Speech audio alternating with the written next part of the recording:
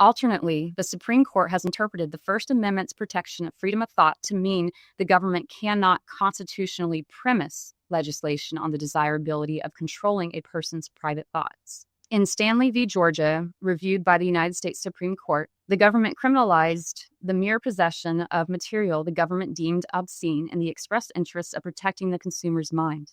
The Supreme Court found that this was an assertion that the government has the right to control the moral content of a person's thoughts. The court further found that the First Amendment rights include the rights to beliefs, thoughts, emotions, and sensations, and to be let alone and satisfy one's intellectual and emotional needs in the privacy of his own home. The Supreme Court held that the First Amendment prohibits criminalizing the mere private possession of material the government finds offensive, and that the government's power does not extend to possession in the privacy of one's own home. Here I stated an additional plausible claim for relief under the First Amendment. I alleged respondents criminalized the private conduct of mere possession of certain products for the explicit purpose of preventing and combating certain cognitive and emotional states it deems undesirable. This allegation was adequately supported by numerous objective facts. The government's primary purpose for criminalizing mere private possession of substances scheduled under the CSA and conventions is clear, explicit, and stated within the laws themselves: to prevent and combat the serious evil and immorality of drug abuse and its cognitive and emotional effects on individuals. Moreover, before this legislation was renamed to the Controlled Substances Act, it was named the Comprehensive Drug Abuse Prevention and Control Act of 1970.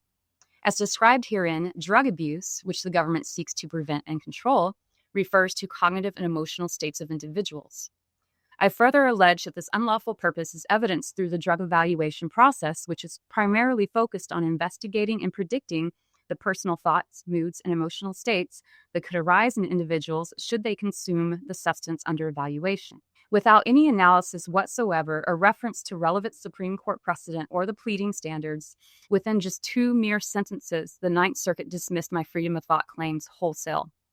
This was disheartening and shocking, as I never foresaw the possibility that such significant claims, supported by numerous facts derived from decades of records and direct government statements discussing specific thoughts and emotions it seeks to prevent, could be dismissed without any court analysis or any indication they were read or considered.